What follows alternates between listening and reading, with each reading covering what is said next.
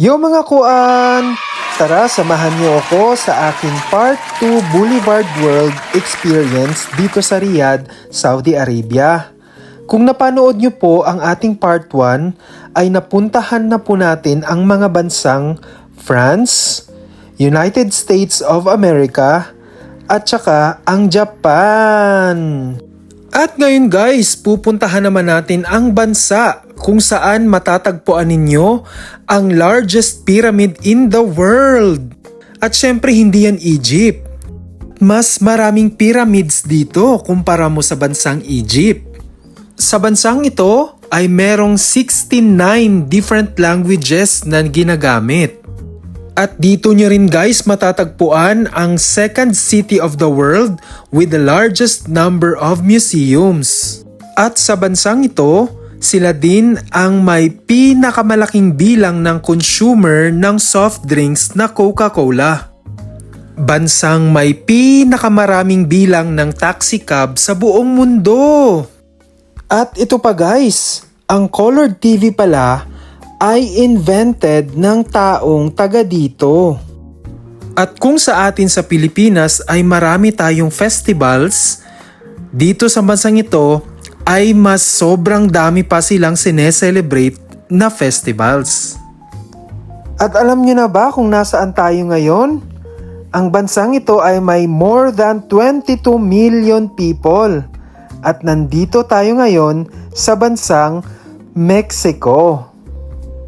At ayun na nga guys, napuntahan na natin ang bansang Mexico at meron tayong konting idea sa kanilang bansa. Syempre, pupunta na naman tayo sa susunod nating destination. At tara na guys, papasok na tayo sa susunod na bansa na ating pupuntahan. Na kung saan guys, dito natin matatagpuan ang oldest restaurant sa buong mundo. At dito natin matatagpuan guys ang one of the famous festival in the world, which is ang Running of the Bulls. At ang kanilang national anthem guys ay considered as one of the oldest anthems in the world. And wala pong words dito sa kanilang national anthem. Dito rin po natin matatagpuan ang La Sagrada Familia na under construction for 130 plus years. Imagine, grabe ang tagal ng construction na yan.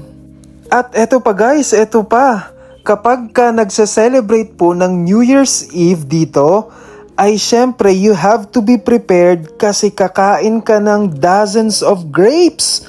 Ayan, sobrang daming grapes ang kakainin mo. At ang bansang tinutukoy ko, walang iba kundi ang bansang Espanya or ang Spain. At pagkatapos ng bansang Spain ay papasok tayo dito sa kanilang palaruan. Pwede po kayong maglaro dyan kung ano yung gusto nyong laruin. Pwede din po kayong kumain. Pwede din po kayong sumakay ng rides. Ayan, kung nakikita nyo naman. And syempre pa, hindi po kami sumakay dyan, kasi hindi kami mahihilig sa rides. And dyan guys ay tumambay lang muna kami. And umupo, uminom at dahil nauhaw, napagod, kailangan din nating magpahinga.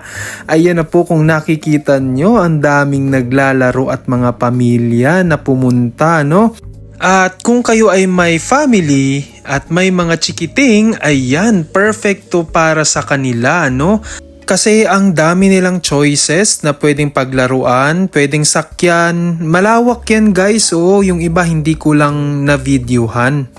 At pagkatapos naming magpahinga, kumain, uminom at magkwentuhan, ayan, papasok na tayo dito sa ating next destination. Ang bansang ito guys, ang most vegetarian country.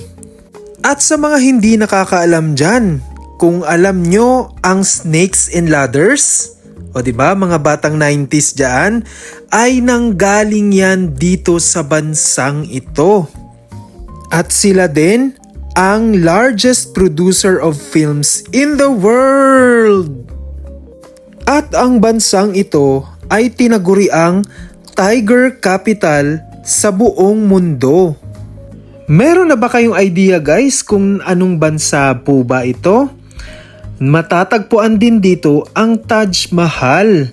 And syempre, ang bansang yan ay ang bansang India. Ayan.